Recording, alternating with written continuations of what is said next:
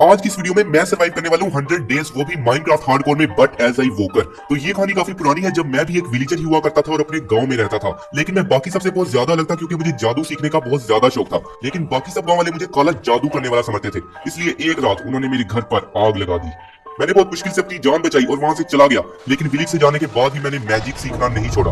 और इसी तरह एक दिन मैंने एक ऐसा पोशन बनाया जिसके बारे में मैं भी नहीं जानता था कि इसका क्या इफेक्ट होने वाला है। लेकिन मैंने कुछ भी सोचे बगैर उस पोशन को पी लिया और थोड़ी ही देर बाद मैं बेहोश हो गया। और फिर मुझे जैसे ही होश आया तो मैंने देखा कि मैं एक इवोकर बन चुका था। और यहीं से मुझे मिले 3 मेन गोल्स जो मुझे 100 दिनों में पूरे करने हैं, जिनमें सबसे पहले तो मुझे अपने लिए एक वुडलैंड मेंशन ढूंढनी है, दूसरा मुझे उन गांव वालों से बदला लेना है जिन्होंने मेरे घर को जलाया और मुझे गांव से निकाला, और आखिर में मुझे एंडर ड्रैगन का हेड लाना है और अपने लिए एक टोटम ऑफ अनडाइंग बनाना है और अपनी पावर्स को वापस लाना है।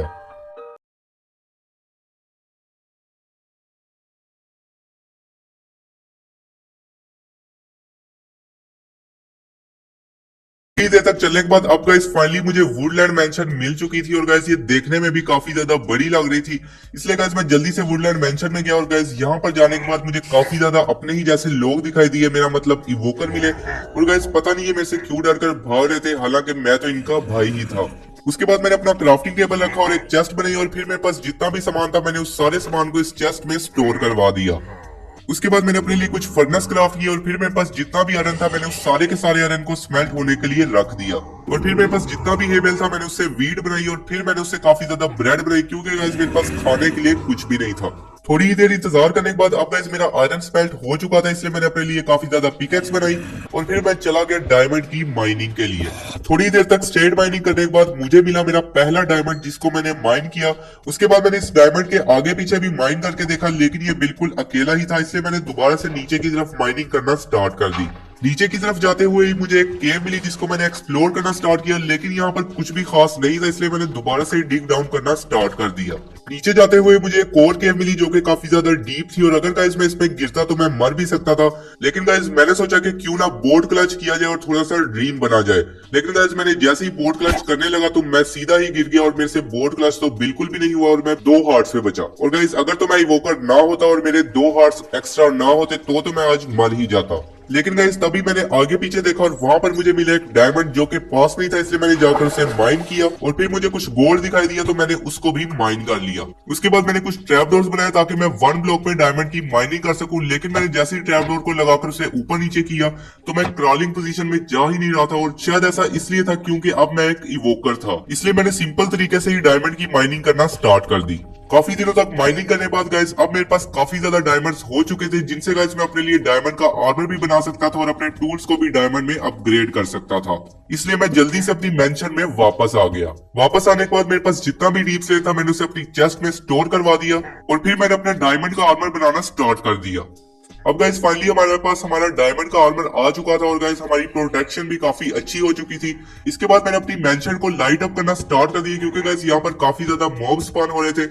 हालांकि गाइस वो मुझे कुछ कह तो नहीं रहे थे, लेकिन पता नहीं क्यों मुझे वो देखने में बिल्कुल भी अच्छे नहीं लग रहे थे। मेंशन को लाइट अप करते करते रात हो चुकी थी, लेकिन गाइस अभी मैं सो नहीं सकता था क्योंकि मेरे पास बेड नहीं था। इसलिए मैं बाहर गया और काफी ज्यादा शीप्स को मारना स्टार्ट कर दिया ताकि गाइस मुझे काफी ज्यादा वूल मिल जाए। उसके बाद मैं वापस आ रहा था और तभी मुझे दिखा एक लावा पुल, जिसकी वजह से गाइस काफी ज्यादा पेड़ जल चुके थे, और गाइस मुझे खतरा था कि कहीं मेरी मेंशन भी जल ना जाए। इसलिए मैंने डर्ट जमा करना स्टार्ट कर दी ताकि मैं इस लावा पुल को बंद कर सकूं। काफी ज्यादा डर्ट जमा करने के बाद मैंने लावा पूल को बंद करना शुरू कर दिया, लेकिन गाइस तभी मुझ पर फैंटम्स ने अटैक करना स्टार्ट कर दिया, और मैंने तभी गाइस फैंटम को मारा। और यहीं पर गाइस मेरी मॉन्स्टर हंटर की एडवांसमेंट भी पूरी हो गई, और मुझे तो याद आया कि गाइस मैं खुद भी मॉन्स्टर ही था, इसलिए मैंने अभी तक किसी भी मॉन्स्टर को नहीं मारा था। और गाइस यही मेरा पहला मॉन्स्टर था जिसको मैंने मारा था। इसके बाद मैं वापस आया और अपने लिए एक बेड क्राफ्ट किया, लेकिन गाइस मैंने जैसे ही बेड को रखा और सोने की कोशिश की तो गाइस मैं सो ही नहीं पा रहा था, क्योंकि गाइस मेरे आसपास काफी ज्यादा मॉन्स्टर थे, और गाइस मॉन्स्टर से दूर जाना तो मेरे लिए बिल्कुल भी मुमकिन नहीं था। और गाइस वैसे भी सुबह होने वाली थी, इसलिए मुझे सोने की बिल्कुल भी जरूरत नहीं थी।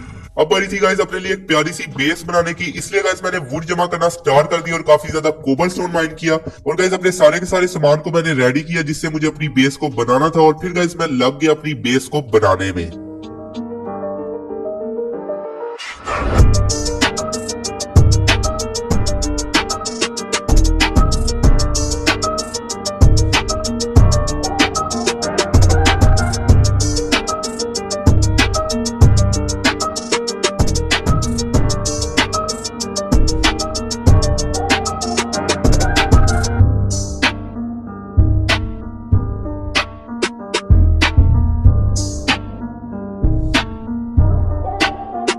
अब गाइस फाइनली डे 35 को हमारी ये प्यारी सी बेस तैयार हो चुकी थी। तो इसके बाद मैंने अपने लिए एक डायमंड की पिकैक्स बनाई। उसके बाद मैंने अपनी मेंशन से पानी में जंप किया और एक वाटर बकेट कलेक्ट की और फिर मैंने लावा पूल पर पानी डालकर सारे के सारे लावा को ऑब्सीडियन में कन्वर्ट कर दिया। उसके बाद मैंने काफी ज्यादा ऑब्सीडियंस माइन की है। क्योंकि मेरे पास और डायमंड्स नहीं थे इसलिए मैंने दोबारा से डायमंड की माइनिंग की। उसके बाद मैंने वापस आकर ज़ोंबीज को मारना स्टार्ट कर दिया क्योंकि गाइस अब इंचेंटमेंट करने के लिए मुझे एक्सपी की काफी ज्यादा जरूरत थी। काफी दिनों तक मॉब्स को मारने के बाद अब गाइस मेरे पास काफी ज्यादा एक्सपी हो चुकी थी, इसलिए मैं अपनी बेस पर वापस आ गया और तभी मुझे एक एंडरमैन दिखा जो कि गाइस मेरी चेस्ट के पास ही खड़ा था, इसलिए मैंने इसे अपनी स्वॉर्ड से मार दिया।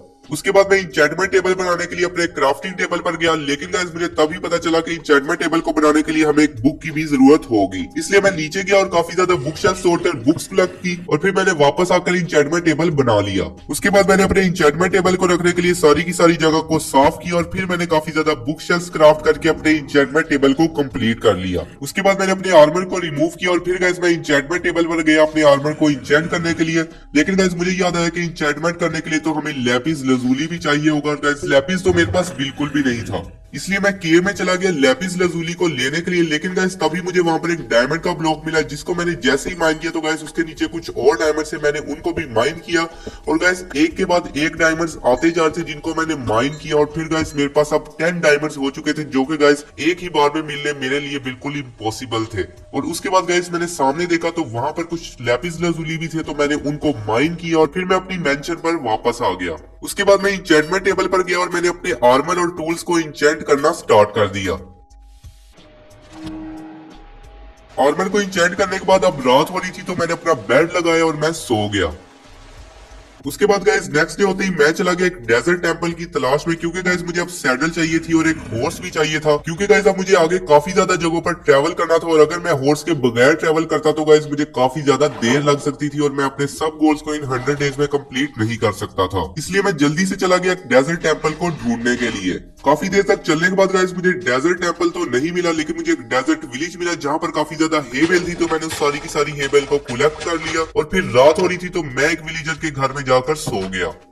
उसके बाद नेक्स्ट डे होते ही इस विलेज में जितनी भी हेबेल थी मैंने उस सारी की सारी को जमा कर लिया, क्योंकि गाइस ये हमारे लिए ब्रेड बनाने में काफी ज्यादा काम आ सकती थी। उसके बाद मैं ब्लैक स्मिथ के घर में गया और गाइस वहां पर एक चेस्ट पड़ी हुई थी जिसको मैंने जैसे ही खोला तो गाइस वहां पर मुझे एक सैडल मिल चुकी थी और अब तो गाइस मुझे डेजर्ट टेंपल को ढूंढने की भी जरूरत नहीं थी। लेकिन गाइस मैं जैसे ही थोड़ा सा आगे गया तो वहां पर मुझे एक डेजर्ट टेंपल भी मिल गया जो कि गाइस पास में ही था, इसलिए मैं जल्दी से उस डेजर्ट टेंपल के अंदर चला गया।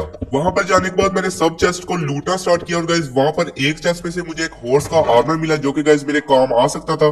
उसके बाद जब मैंने दूसरी चेस्ट को खोला तो वहां पर मुझे एक इंचेंटेड गोल्डन एप्पल मिल गया जो कि गाइस काफी ज्यादा रेयर होता है। अब गाइस मेरे पास सैडल और हॉर्स आर्मर दोनों ही आ चुके थे, इसलिए मैंने हॉर्स को ढूंढना स्टार्ट कर दिया। लेकिन गाइस तभी मुझे एक रून पोर्टल मिला जिसमें मुझे कुछ ऑब्सीडियन मिले और कुछ खाने का सामान था, इसलिए मैंने उसे ले लिया और फिर मैंने दोबारा से हॉर्स को ढूंढना स्टार्ट कर दिया। थोड़ा सा ही आगे जाने के बाद मुझे एक हॉर्स दिखाई दिया जिसको मैंने जल्दी से जाकर टेम किया और फिर मैंने उसे सैडल और हॉर्स आर्मर पहनाया और अब गाइस फाइनली हमारे पास हमारा हॉर्स भी आ चुका था। इसके बाद मैं अपने हॉर्स को लेकर अपनी मेंशन पर वापस आ गया। वापस आने के बाद मुझे जितना भी सामान डेजर्ट टेंपल और विलेज से मिला था मैंने उस सारे के सारे सामान को अपनी चेस्ट में स्टोर करवा दिया और उसके बाद मैंने अपने हॉर्स को लीड लगाकर फेंस के साथ बांध दिया ताकि ये कहीं पर भी भाग ना जाए। उसके बाद रात हो रही थी तो मैं अपने बेड पर गया और वहां पर जाकर सो गया। उसके बाद नेक्स्ट डे होते ही मैंने ऑब्सीडियन से अपना पोर्टल बनाया और फ्लिंट एंड स्टील बनाकर अपने पोर्टल को इग्नाइट किया और फिर मैं चला गया नेदर पोर्टल में।